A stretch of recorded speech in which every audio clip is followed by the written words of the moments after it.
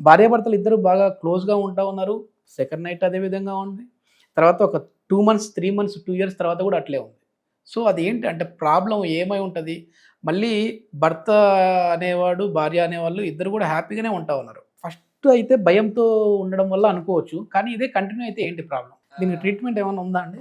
మనము ఇప్పుడు మీరు టిపికల్ కేస్ గురించే మాట్లాడారు.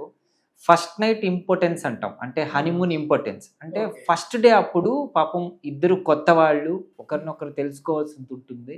ఆ రోజు సెక్షువల్ యాక్టివిటీ అనేది అందరికీ జరగకపోవచ్చు.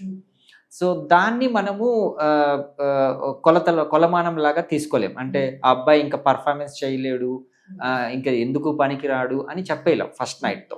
సో, అందుకని మనం ఎక్స్‌టెండ్ చేస్తారు. సో, అది వెరీ నార్మలే. పెర్ఫార్మన్స్ యాంగ్జైటీలో, సెక్షువల్ డిస్‌ఫంక్షన్‌లో ఇదొక పార్ట్. బట్ అది కంటిన్యూ అవుతుంది. ఏ విధంగా? ఆ అమ్మాయి కోఆపరేట్ చేయట్లేదనో, లేకపోతే మనం ఇప్పుడే సెక్షువల్ యాక్టివిటీ వద్దు, ఒకళ్ళనొకళ్ళని అర్థం చేసుకోవాలనో, అలాగా వాళ్ళు రిలేషన్‌షిప్ అంటే ఫ్రెండ్లీగా ఉంటున్నారు గానీ, సెక్షువల్ యాక్ట్ బెడ్ వరకు రాలేకపోతుంది. సో, ఇది చివరికి ఏమవుతుంది? 2 ఇయర్స్ అయినా సెక్షువల్ యాక్టివిటీ ఉండదు. అందులో ఎక్కడ ఇబ్బంది కలుగుతుంది? అమ్మాయిలో భయం ఎక్కువుందా?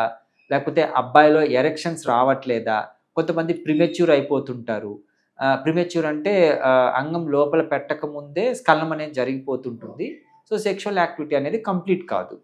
అదేవిధంగా పెర్ఫార్మన్స్ యాంగ్జైటీ అంటాం. అంటే ఆ భయం వల్ల అంగం స్తంభించదు. సో, సెక్షువల్ యాక్టివిటీ కంప్లీట్ కాదు. సో, ఇలాంటి సెక్షువల్ డిస్‌ఫంక్షన్స్ వల్ల వాళ్ళు కలవరు. దీన్ని నాన్ కాన్సుమేటెడ్ మ్యారేజెస్ అంటాం.